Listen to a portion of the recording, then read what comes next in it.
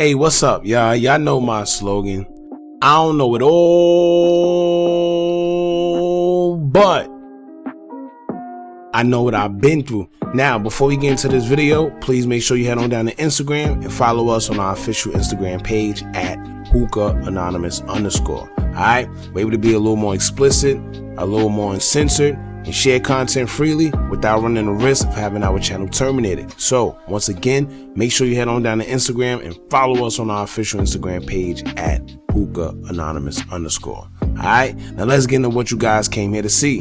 Now, I want to do a quick piece today, y'all, to shine light on a situation involving a man who was incarcerated serving a life sentence, but due to faulty mechanics within the Alabama prison, he was literally baked alive in his cell.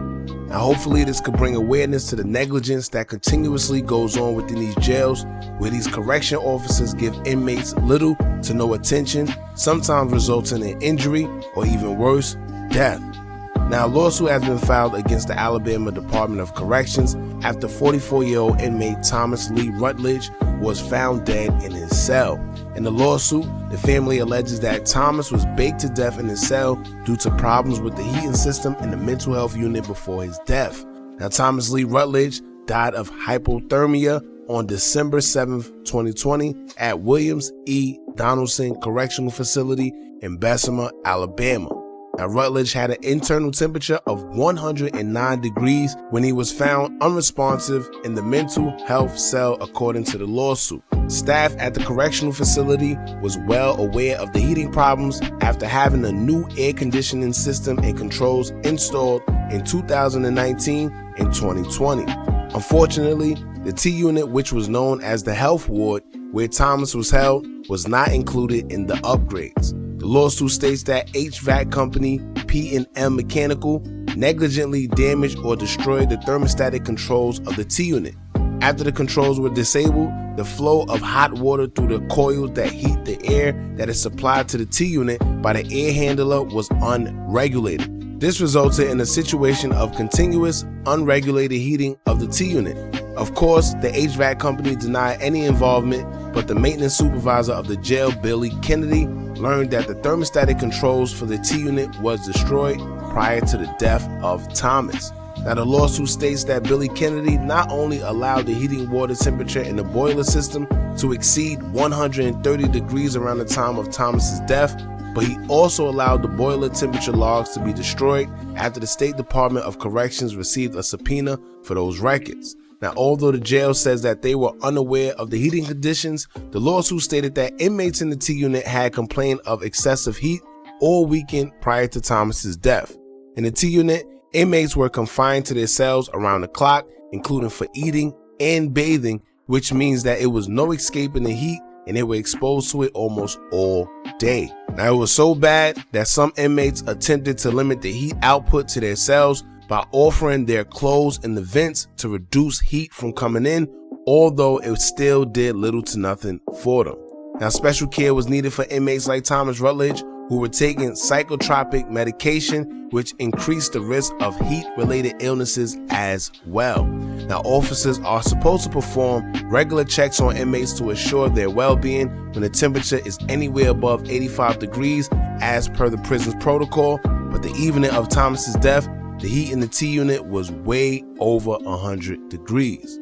Now, the lawsuit named multiple correction officers and employees that was working that night, in particular Christy Sansing, J. Rogers, C. Dean, and G. Griffin were all responsible for the well-being of inmates in the T unit for the night of December 7th, 2020. Now, all officers did their rounds of security checks periodically throughout the evening and reported that all 96 units are alive and well that night, and there was actually an inmate runner that reported to the cube officer Christy Sansing that Thomas was unresponsive around 8:20 p.m. Now, investigator Clark Hopper, who was present at the ward that night after Mr. Rutledge's death, said in an interview that he opened a tray door to speak with a T unit inmate from his cell, and it was like, quote, opening an oven. Investigator Clark Hopper also stated, quote, when he dropped his mill door, it was hotter than 3 hells when it dropped. All right. Now, the U.S. Department of Justice has an ongoing lawsuit against the state over prison conditions and mentioned the hypothermia death in a court filing last year as an example of the serious risk posed by dangerous conditions at Alabama's prisons for men. Although this just isn't a problem within Alabama prisons, hopefully this spark a trend throughout the country where prison conditions are magnified and taken more seriously. Now, Thomas Rutledge had been sentenced to life without the possibility of parole in 1995 for offenses committed when he was just a juvenile. However, he was hopeful for a new chance at life after a Supreme Court decision held that mandatory life sentences without the possibility of parole for juvenile offenders were unconstitutional. Had he survived the facility's conditions, he would have become eligible for parole and possible release in 2024. Now, a complaint said that Thomas had dreams of obtaining his freedom and joining his mother in Alaska, and where he would start a new and productive life. But those dreams were cut short by his untimely death. Now, one of the reasons why I wanted to do a story on this, I wanted to bring awareness to situations such as this. This don't just occur in Alabama prisons. This occur all over the world. And the thing is, this isn't being magnified enough. We have a place like Rikers Island in New York where inmates die left and right, and little to nothing comes out of it. Just a lawsuit, and then it's swept under the rug after the family receives money, and then nothing is done about it. You have other prisons where they're upstate, where there's no cameras, things go on, where guys are suffering from mental illness or being held in confinement by themselves for a very long time. That plays a lot on your mental. Not only that, you have inmates complaining that guards aren't feeding them, or they're not being let out of their cell at the right times. They're not getting phone calls. They're just getting bad treatment.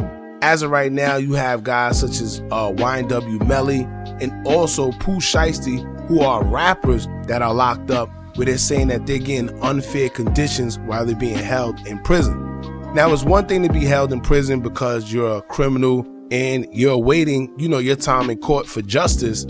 But it's another thing to be in there and be held under very crazy conditions to where it's like you want to take a plea or you want to just hurry up and get it over with because you're tired of the treatment that you're receiving.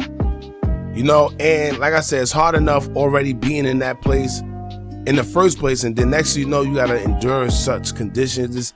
It's just too much, man. But this goes on more commonly than people think or even know. I hope his family speak out. I hope other families speak out. I hope this cause, like I said, these people to magnify other jails as well to investigate, in these conditions that these inmates have to endure. All right. My condolences go out to his family. Rest in peace, Thomas Rutledge, man.